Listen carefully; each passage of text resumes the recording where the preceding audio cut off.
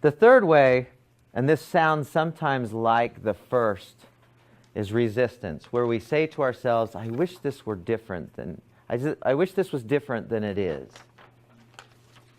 I wish that, and it kind of feels like, and I want to get to above, but it kind of feels like, this is not good, I wish it was different somehow.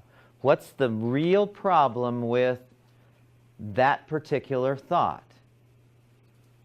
What's the real problem with wishing something is different than it is?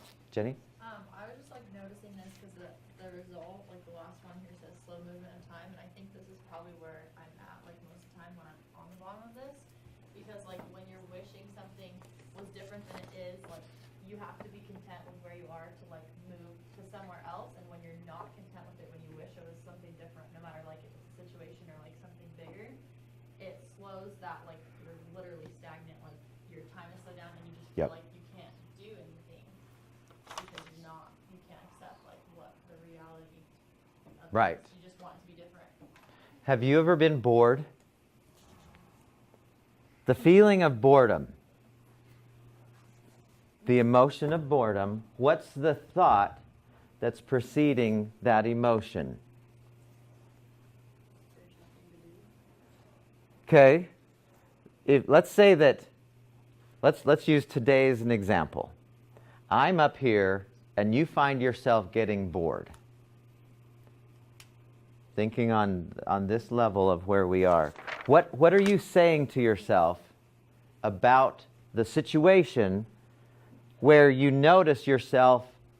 So you're saying certain things and you notice that boredom is the feeling that you're having. What is it that you're saying? Man, I really wish this class would end right now. Okay, what's the problem with that thought? It's not ending right now. I wish this guy were interesting in the least. The problem with that is he's not. He can't help it. I wish something fun would happen here. The problem is, what? It's not happening. Do you see, that's the kind of self-talk we have. And I'm not laying any judgments or saying, you're thinking wrong that way. That's how we are anytime we are bored. When we're resisting things from being how they are, time slows down, we get tired.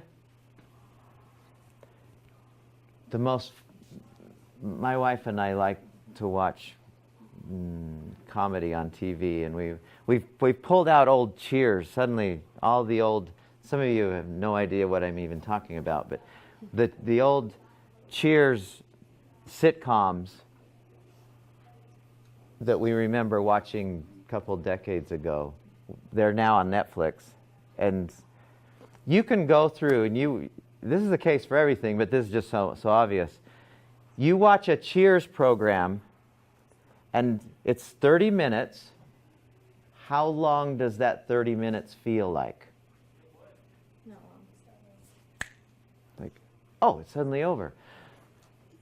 The time in my life when probably the worst 4 hours of my entire life, I'm just making that up, but I was flying back from Hawaii to Utah.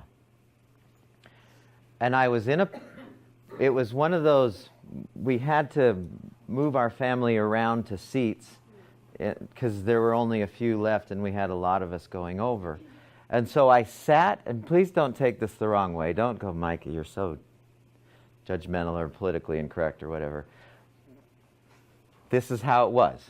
I had to sit from Hawaii to, I guess we stopped in Las Vegas is where it ended.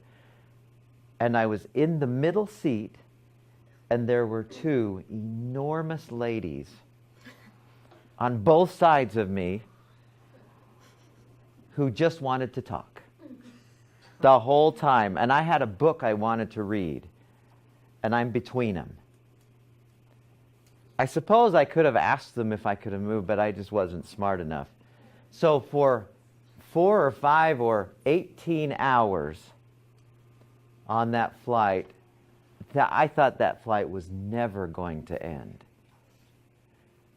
Because I kept saying to myself, I wish I weren't here. I wish I weren't here. I wish I weren't here. I wish this were different. I wish they would shut up. I wish they weren't so big. You know, I'm like this. And they had both of their arms on all the armrest into me. And they didn't seem to mind. I'm like, gosh, really? Personal space, have a little.